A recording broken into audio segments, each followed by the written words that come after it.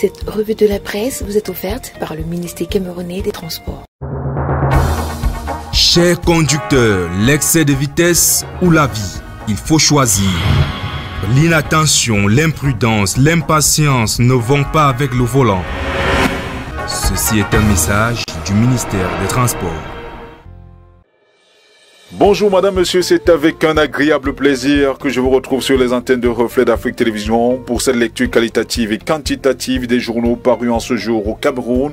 Une fois n'est pas coutume, commençons par le sport avec l'hebdomadaire confidentiel qui parle de l'élection à la Fédération camerounaise de football. Les titres à sa grande une, Samuel Eto'o-Fils peut-il convaincre les 75 délégués? Selon le meilleur buteur de l'histoire de la Coupe d'Afrique des Nations, il est le seul candidat capable de relever le niveau du sport au Cameroun. Pour cela, il multiplie des rencontres pour présenter son programme électoral. Mais pourra-t-il réussir à convaincre les autres délégués dans cet environnement gangréné par la corruption? Se questionne le journal. Parlant toujours de cette élection, le journal Découverte régionale met à sa grande une près du but Samuel Eto'o. Il a tout gagné selon ce journal, la sympathie et le soutien populaire, ses états de service sous les couleurs nationales dans les stades et son parcours pour la refondation et son projet pour la refondation du football camerounais. Les dizaines d'électeurs devant désigner le futur président de la Fédération camerounaise de football oseront-ils braver la volonté d'un peuple se comptant par milliers? Se questionne le journal. Toujours en rapport avec cette actualité, le journal L'intelligent plus sport met à sa grande une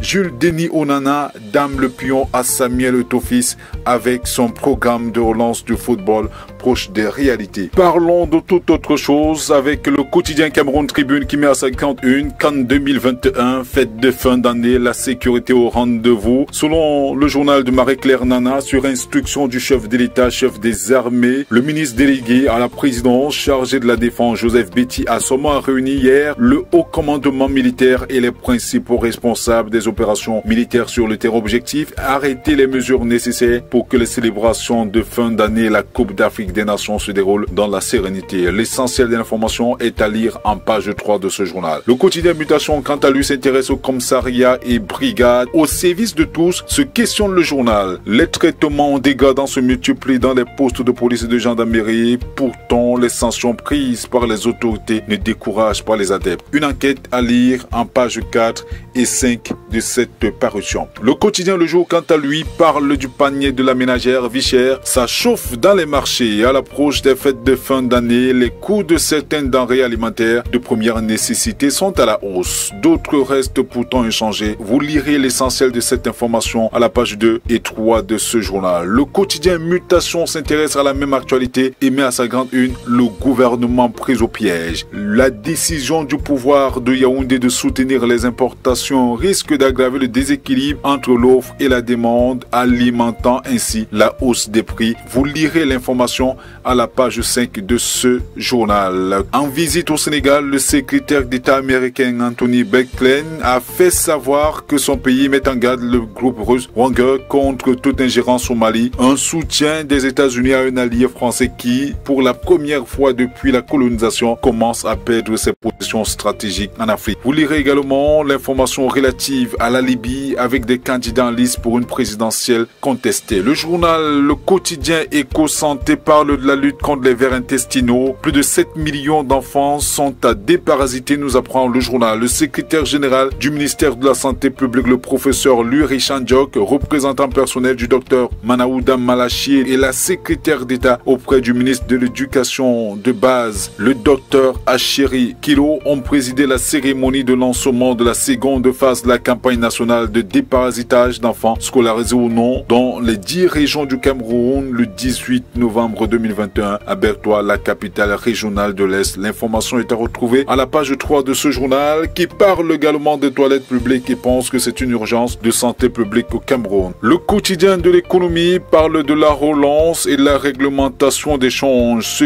qui s'est dit entre Abbas Mahamad Toli et Kristalina Georgieva. Le journal nous apprend que le le gouverneur de la Banque des États de l'Afrique centrale s'est entretenu il y a quelques semaines avec la directrice générale du Fonds monétaire international à Washington DC. Toujours dans le même journal, parlant de la coopération, le journal nous renseigne que l'Agence française de développement a débloqué un financement pour le développement rural. L'information est à lire en page 5 de ce journal. Le journal Kalara, l'hebdomadaire du monde juridico-judiciaire, parle du rapport d'audit Covid, comment Paul Motazé a bravé la Cour suprême sous la pression des bailleurs de fonds internationaux, notamment le Fonds monétaire international et l'Union européenne. Le ministre des Finances a levé le blocus que Daniel Mekobe-Soné et lui, Jodo, avaient décrété sur le travail d'investigation de la Chambre des comptes. Le ministre d'État Laurent Esso mis à contribution. L'information est à lire à la page 3 de ce journal. Menace de mort quand les maîtres chanteurs font paniquer Baba Dampolo. Vous lirez le contenu en page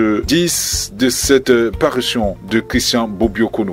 Le quotidien L'Info à chaud parle de l'université de Yaoundé 1 avec une information qui alimente les commentaires dans les chaumières. 8 matières saisies aux responsables opposants du recteur. Que s'est-il passé? Comment cela s'est déroulé? Le contenu est à lire en page 3. Le journal s'intéresse également à l'agenda du séjour de Cabral Libi du côté de la Côte d'Ivoire. L'hebdomadaire La Terre Promise parle de couverture santé. La Caisse nationale de prévoyance sociale innove. Selon ce journal, elle a signé le 18 novembre dernier une convention de partenariat avec Atlantic Assurance qui met à la disposition des travailleurs du secteur informel un produit innovant de nature à améliorer leur santé et leurs conditions de vie. On parle également du Made in Cameroun avec ses atouts et ses faiblesses, la flambée des prix à l'importation ajoutée au déséquilibre chronique de la balance commerciale sont parmi les préoccupations les plus pressantes des pouvoirs publics au Cameroun. Parmi les voies explorées pour changer la donne, l'on parle de promouvoir le Made in Cameroun. Mais que représente-t-il? Quelles sont ses forces et ses faiblesses? Vous lirez l'essentiel de ces informations dans le dossier publié de la page 5 à la page 7 de ce journal. Le Point Hebdo, quant à lui,